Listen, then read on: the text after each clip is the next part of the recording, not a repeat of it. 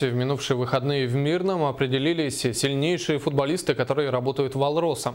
Завершилось первенство алмазной компании по мини-футболу. 6 месяцев команды предприятий боролись за чемпионский титул.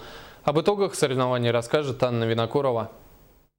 В этом году приняло участие рекордное количество команд – 19 в первой лиге и 12 в высшей.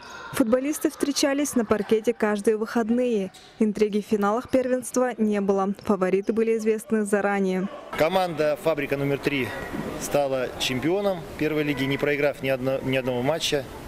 Они, кстати, дебютанты, давно не выступали, хотя команда с давними традициями.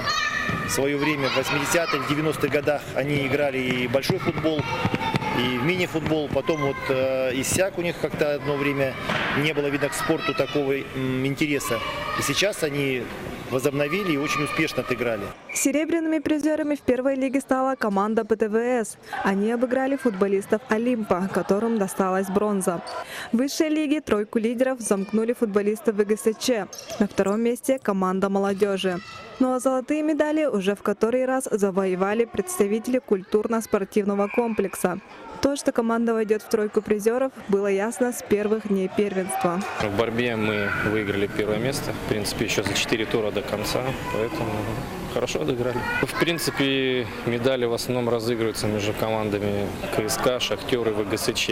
Ну, кто-то, бывает, занимает призовые места, но вот основные конкуренты всегда эти были. По итогам турнира высшую лигу покинули команды БГРЭ и МРТК, занявшие 11 и 12 места. В следующем году их заменят победители первой лиги, команды «Фабрики номер 3» и ПТВС. И у команды культурно-спортивного комплекса появятся сильнейшие конкуренты.